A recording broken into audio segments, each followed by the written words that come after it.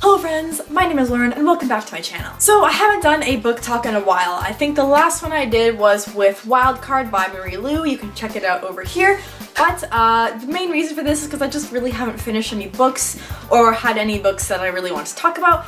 But I just finished End of Days by Eric Walters and found it really good, and I just wanted to talk about it for today. So this book was recommended to me by my boyfriend Dean a few weeks ago, and I think I finished it in roughly 4 days, and I have to say it was really good. The characters were well written, there wasn't any plot convenience, and the overall story idea was just fantastic. I'll tell you a little bit more about this book in a second, but I just want to give you my overall thoughts first. I have to say one of my favorite things about this book was the writing style. As I started to read this book, I just finished up NaNoWriMo, which you can learn more about here, and basically just as I did NaNoWriMo, I learned more about writing and how to sound good in your writing, and as I was reading this, I found the writing style really good. The pacing was amazing, every character was really written well and had a good backstory, and I loved how the book came from different perspectives in almost a new way. So rather than having like each character have like their own chapter, it was kind of written in a third person kind of way while still having different perspectives, and it just all came together really nicely as we have kind of almost 2 to 3 main characters in the story,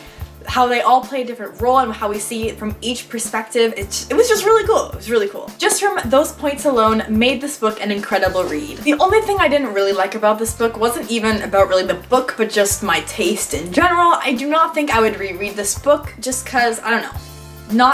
I think that now that I know the storyline, it's not something that I would enjoy necessarily rereading. However, the first time I read it, I have to say it was really good. I was like wondering what was coming next, and just the way the author wrote the whole thing was really good. I do really want to read the second book though, because this world just has so much potential and I really want to see what Eric Walters does with it, because the way the story ended, there's so much more that could happen, and just having a whole other book already out, I just really want to read it because I know that whatever happens is going to be really good. Overall, this book got a 4 out of 5 stars from me, and I would definitely recommend it to you if the following synopsis sounds like something you'd be interested in. So basically, all astronomers, mathematicians, all really smart people have died within the same 12-month period. Or at least that's what everyone thinks. However, what very few know is that an asteroid is racing towards Earth, basically threatening to get rid of humanity as we know it. The smartest people are all in a secret place working together to try to figure out a way to avoid the world ending, essentially. It's only when Billy, a teenage boy with rare gifts, comes along, is recruited to the cause, is only when they start to have a little bit of hope to return Earth and humanity back to safety. So basically, asteroids coming to Earth, a whole bunch of smart people are trying to figure out what to do, and this one teenage boy has some rare gifts that are supposed to help the cause, and this just story idea sounds really good. I really enjoyed it. And if that sounds even like a little bit of what you liked, I hope I explained it well. If it sounds like something you might like, I definitely recommend you give it a try because I really enjoyed it, even though I didn't really think I would enjoy it at first. So what I mean by that is that I had seen that book on the shelf, on the aisles of bookstores for years, but I never really picked it up because I never thought it would be something I would enjoy. However, this, just because it's like a sci-fi kind of book. However, I had the same thoughts earlier last year when I read Ready Player One for the first time and absolutely fell in love with the story. It wasn't something that I thought I would enjoy, but I decided to read anyways because I knew the movie was coming out and it looked cool. And I found it absolutely amazing. And kind of same with this book. For years, I never thought I would enjoy it. I finally picked it up and I actually really enjoyed it. So I'm starting to get into a little bit of sci-fi, which is kind of exciting because I love reading new things. Even though it's kind of under the same genre, it's a little bit different. But I'm really happy that I did enjoy it because, like, I'm glad I picked it up because the storyline was just great. Characters are so good, as I've already said about it. If you have not read it, definitely read it. I would recommend it. And if you have any other sci-fi recommendations, be sure to comment them down below because I'm actually starting to get into sci-fi, so it'd be great to read some more. So that's my non-spoiler part for this video. Overall, I really enjoyed this book. I thought it was really well written and all the great things I've said before. So if you have not read this book and you plan on doing so, be sure to pause the video here because upcoming will be major spoilers and I don't want to be the one to spoil it for you. Are you gone? Okay, great. Well, let's jump in. One thing I really liked in this story is how for each chapter, or almost every chapter, it would tell you how many years or months or hours was left until the asteroid hit the Earth. And I really liked that because throughout the book you're aware of this major, like the climax that's gonna happen in the story, but you're still learning so much up until there, but it also keeps you aware of when this climax is happening. Even though it happens very close to the end of the book, I did really enjoy that, so you could kind of see what's important and when it happens. It just kind of gives you a timeline in your mind to like understand how the story goes. So in the first chapter, we learn about the satellite that was launched into space and then how it reports back to Earth all its findings. And many years later, it's forgotten about and no one really pays attention to it anymore until one day a message gets sent home saying that it's coming home and I brought something with me. And so I found that chapter really cool as the satellite kind of spoke to the people on Earth, which was kind of interesting, kind of weird, but cool. So I really did enjoy that about this book. In the first chapter, it really hooks you into the story because you're like, what's coming back? Is it dangerous? What could happen? And just as I said before with like the dates or the countdown till when the asteroid hits, it kind of just like intrigues you a little bit because you know some really big horrible event's gonna happen, and that first chapter definitely really hooked me on that. Same thing with kind of Marie Lu's stories, how she really hooks you in that first chapter. I definitely say Eric Walters did that in this book really nicely. Next we learn about Daniel, who was the professor that was kidnapped, who's one of the main characters in the story, and I really like Daniel because when he was taken and how it was described when he was taken, it was very realistic. One thing I thought for plot convenience that the author might have done would just been like make him go along with it and make him see like the bigger picture right away. However, he definitely fought it for quite a bit. Even though he said he was definitely skeptical and missed his family and all that kind of stuff, eventually seeing the greater good of all of what he was doing. But I definitely liked how there wasn't any plot convenience in there and everything he had to say was really authentic and realistic. And then that kind of also builds on his character and over the years how he becomes more and more attached to his project. Even though he's been super attached to his research before, he just becomes even more obsessed with trying to make it work and all that kind of stuff. I also really like the friendship between Daniel and Andrew, how they were friends before, got separated because he thought the other guy died, obviously, but then they got reunited and worked together for many years, so I thought that was really nice, a really nice touch to end the story, as well as made it very like authentic on why Daniel would choose to say as one of his closest friends was already working for this big organization. It just gave him that level of trust that he's like, if my friend's doing this, chances are it's alright that I'm doing this as well. So I really liked that aspect as well. Then a few chapters in, when there's T-minus 1 year left, we learn about Billy and his importance to the story and how the organization thinks he's going to be such a big help.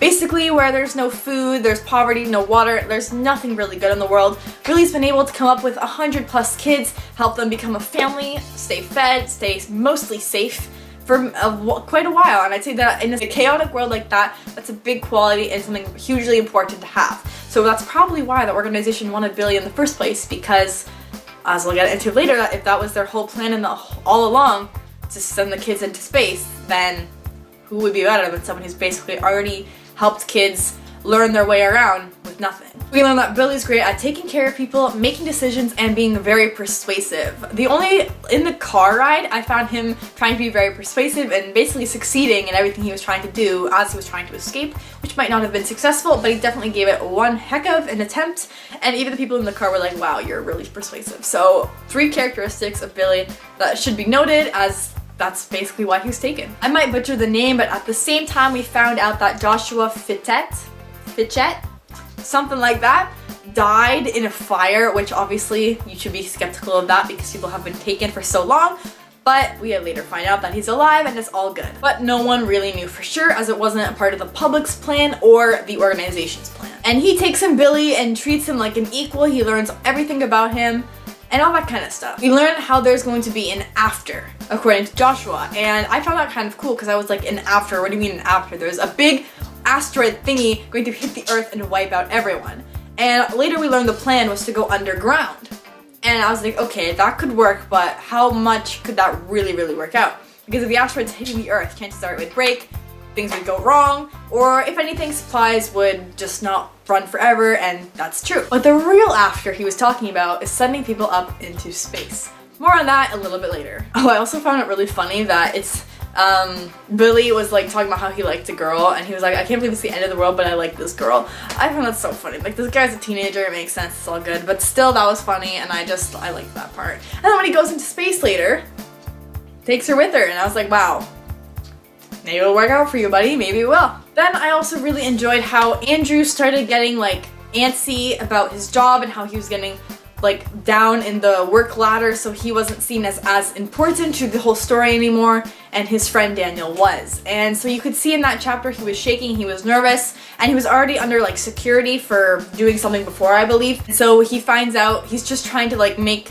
something go wrong he's just trying to like basically save himself in any way he can, and he ends up trying to blow up something and killing himself in the process, which I was like, buddy, why are you doing that? But he was a good character, but I really liked how we could see the character development. Even though it wasn't a positive character development, there was still development there. And even though he did not have a happy ending, I could really see his reasoning behind everything he did, which was just overall really well written character. And then also for the actual whole plan that they've been working on for 24 years, and how basically they sent up different like explosives from different parts of the world, and how basically with them like I really enjoyed the scene of them like waiting to make sure after 30 seconds that they would all work, and I believe one of them blew up by accident, so that was intense. But I really enjoyed that whole scene and how basically all of it worked, and the asteroid became smaller but rejoined together after, so that whole scene was just really well written and I really enjoyed that. And the outcome of that whole scene was that the impact would be lesser, but still too much for humanity to survive. And then near the end of the book, we find out that they're going into space, as I previously mentioned, but oh my god, that kind of shook me just a little bit, because it's like your whole plan from you hear from like roughly the middle-ish of the story is to go underground, and you have all like the species parts or whatever you need to remake every species, every part of humanity basically. And so I found that really good, and I was like, hey, that's not such a horrible idea. But then I'm like, going into space, like, that makes sense, but also what? And the fact that Billy's responsible for this, I'm glad that he has such faith in him, and how I know he has really good leadership skills, but oh my god. Pretty crazy if you ask me. So basically, the asteroid hits the Earth, and people are dying, people are dead. As predicted, humanity was gonna end, and the only people really that were gonna be safe are very few people around the Earth, the people that were chosen to go underground, and the people that were sent up into space. I hope that all made sense. Those are my thoughts on the book. Those are the main things that I wanted to talk about. I found this book really entertaining. I really enjoyed it. So obviously I'm hoping if you've stayed till this part of the video, have read this book. So comment down below, tell me what you thought of it, how many stars you'd rate it, your favorite part, all that kind of stuff. I know I really enjoyed this. I love the characters, the writing, basically everything about the story, and I'm really excited to see what happens next in the next book, whenever I get around to reading it. Anyways, if you enjoyed this video, be sure to give it a thumbs up, and I hope you enjoyed this book as much as I did. Anyways, until next time, bye.